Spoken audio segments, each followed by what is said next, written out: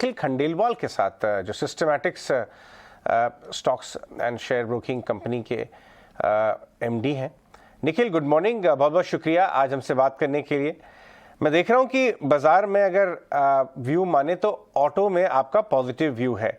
In fact ये coincide कर रहा है बॉश, जो एक बड़ी ऑटो एंसिलरी कंपनी है और शायद एक ऐसी ऑटो एंसिलरी कंपनी है जो स्टैचर में, क्वालिटी ऑफ प्रोडक्ट्स में, इंस्टीट्यूशनल शेयर होल्डिंग में ओईएम्स को टक्कर दे रही है, किसी मायने में कम नहीं है। उनकी कमेंट्री और रिजल्ट बड़े अच्छा है क्योंकि वो बहुत बड़ी बड़ी कंपनीज को माल सप्लाई करते हैं। आप ऑटोज़ में एक राउंड तो री रेटिंग का हो चुका है, लेकिन यहाँ से भी आपको लगता है अच्छा पैसा बनने की गुंजाइश है? गुड मॉर्निंग अजय, थैंक्स यहाँ आपके शो में बुलाने के लिए। आपके साथ करीबन 1-1.5 महीने पहले की कॉन्वर्सेशन में भी मैंने हाईलाइट किया था ऑटो के बारे में। हमारा नज़रिया इन जनरल कंजम्पशन बास्केट पे ही पॉजिटिव है। इन स्पेशली जो इन्फ्लेशनरी सिनेरियो इंडिया में और ग्लोबली भी थोड़ा कूल ऑफ होते हुए दिख रहा है। The biggest beneficiary, the first beneficiary will be consumption, जिसमें ऑटोमोटिव इज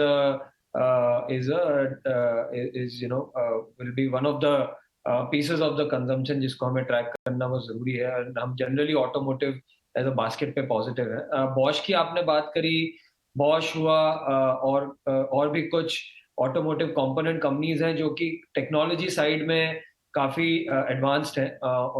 तो उनके उनको पहला बेनिफिट होता है सिर्फ इंडिया के ही ऑटोमोटिव कंजम्पशन से नहीं, इवन ग्लोबल एक्सपोर्ट मार्केट से भी। तो उसमें हमारा बॉश जैसे कंपनी है, एक और कंपनी है सोना कॉमस्टार।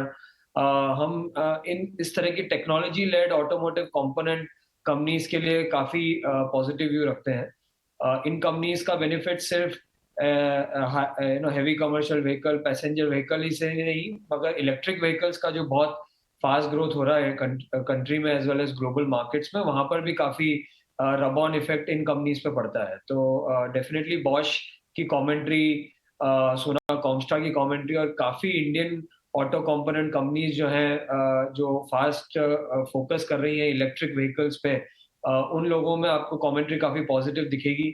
और उनके नंबर्स में भी वो बहुत स्ट्रॉन्ग रिफ्लेक्ट करेगा, not just in top line but even in bottom. Okay, ठीक है निखिल, आप ये कह रहे हैं कि ये सब चीज़ें पॉजिटिव दिख रही हैं। एक कोई और ऐसा सेक्टर जिस पे आप बहुत बुलिश हैं अभी, या आप बहुत ज़्यादा उसको नोटिस कर रहे हैं इस पॉइंट ऑफ अ टाइम पे? हम एक्चुअली कंजम्पशन बास्केट में एक तो कंज्यूमर प्रोडक्ट्स पे फोकस कर रहे हैं, बट एक और कंजम्पशन, आई थिंक जो इन्फ्लेशनरी सिनेरियो जो थोड़ा सा अभी करेक्ट होते हुए दिख रहा है, पूरी क्रूड बास्केट जो करेक्ट होती हुई दिख रही है, उसमें हमें लग रहा है कि जो केमिकल सेक्टर है वो भी इंडिया का स्पेशलिटी केमिकल सेक्टर है, वहां पर भी अभी आई थिंक समय आ गया है उस सेक्टर में भी इंक्रीमेंटल इन्वेस्टमेंट फोकस लाने का।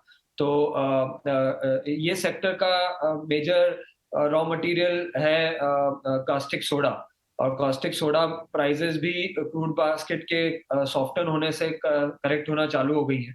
और ग्लोबली ऑटोमोटिव, फार्मास्यूटिकल और एग्रोकेमिकल, इन 3 सेक्टर में इस स्पेशलिटी केमिकल कंपनी सप्लाई करती है, और तीनों सेक्टर में डिमांड बहुत पॉजिटिव आ रहा है।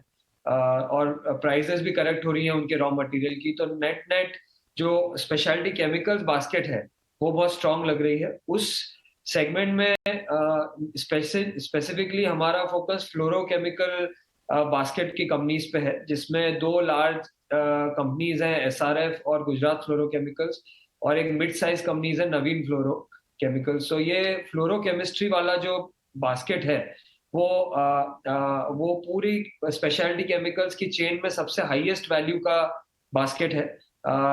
इसके प्राइसेस सबसे प्रीमियम में वैल्यू करते हैं ग्लोबल मार्केट्स में, और इंडिया में भी और ग्लोबल मार्केट्स में भी इस फ्लोरोकेमिकल्स की डिमांड बहुत ही फास्ट पेस से बढ़ रही है।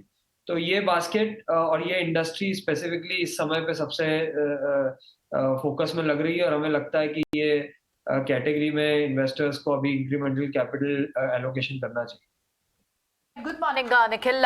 बिल्कुल एक चीज अभी आपने स्टार्ट जरूर की थी कि आप कंजम्पशन स्पेस पे काफी बुलिश है। आप अगर इस पे और डिटेल्स हमें दे पाएं, क्योंकि आपकी इसमें जो पब्लिक डोमेन पे भी जो पिक्स हैं आपकी, वरुण बेवरेजेस, वीआईपी इंडस्ट्री, सो कई सारी कंजम्पशन स्टोरी है, चाहे वो डिफरेंट सेक्टर्स की हो, उस पर आपकी नजर पहले से ही है।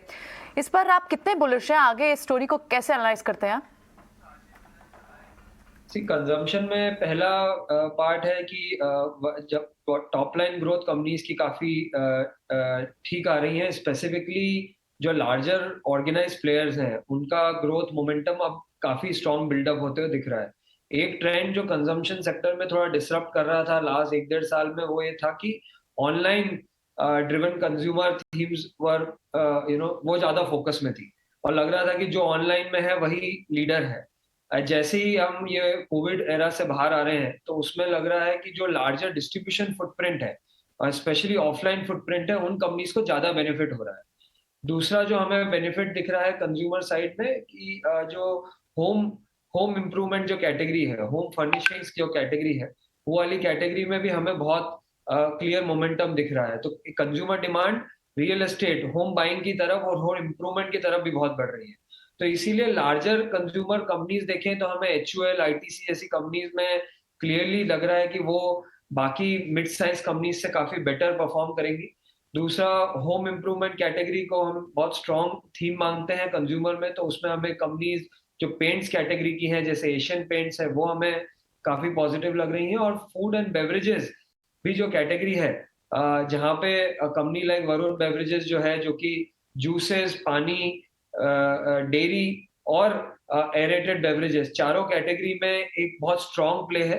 वो हमें लगता है कि वो भी बहुत strong volume growth as well as profit growth दिखाएगा। तो ये 3 कैटेगरी है: large consumer companies, home improvement companies and food and beverage companies. तो इन 3 सेगमेंट में हमें ये लीडर्स जो हैं, जो कि साइज और स्केल पे सबसे आगे खड़े हैं, वो इन पे हमारा काफी पॉजिटिव व्यू है, टॉप लाइन पे भी और बॉटम लाइन। निखिल, 2 बातें। एक तो आप थर्मैक्स के मैनेजमेंट को आप सुन सकते हैं बस 2 ही मिनट में। आशीष भंडारी जी थर्मैक्स के जो मैनेजमेंट है, जिनको पूरा मार्केट इस समय सुनना चाहता है, ज्वाइन कर रहे हैं। पूरे कैपेक्स साइकिल के बारे में बातचीत करेंगे उनसे। बट जाने देने से पहले आपने ऑनलाइन रिलेटेड कंजम्पशन ट्रेंड्स की बात की, तो एक आपसे व्यू लेना ज़रूरी है।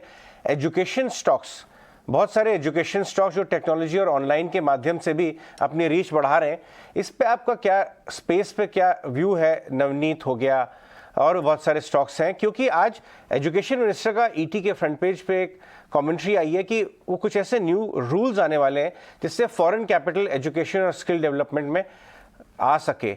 आप ये स्पेस देखते हैं क्या? हाँ, मतलब लिस्टेड में बहुत ज्यादा एजुकेशन के प्ले नहीं है अजय, अनफॉर्चुनेटली। बट नवनीत जैसी कंपनीज हैं जो K-12 जो है, किंडरगार्टन टू 12 सेगमेंट में, और उसके बियॉन्ड भी बुक्स से लेके हार्डकोर बुक्स, नोटबुक से लेके ऑनलाइन के काफी कंटेंट को प्रोवाइड करते हैं। तो डेफिनेटली जैसे जैसे स्कूल्स खुले हैं, कॉलेजेस खुले हैं, तो कंपनीज लाइक नवनीत बहुत स्ट्रॉन्ग बेनिफिशियरी रहेंगी। Education as a sector generally अब काफी कंसोलिडेट हो गया है, और तो उसमें आई थिंक लार्जर प्लेयर जो हैं उनको आई थिंक उनमें अब क्लियर ग्रोथ का ट्रेंड, मोमेंटम दिखना चालू हो गया है। तो क्लियरली पॉजिटिव है सेक्टर। बट लिस्टेड में अनफॉर्चुनेटली हमारे पास बहुत ज्यादा प्लेटफॉर्म्स नहीं है to play the sector, except maybe Navneet education at this point. All right Nikhil, बहुत बहुत शुक्रिया आज हमसे बात करने के लिए, अपने स्टॉक्स और अपने व्यूज शेयर करने के लिए। आगे बढ़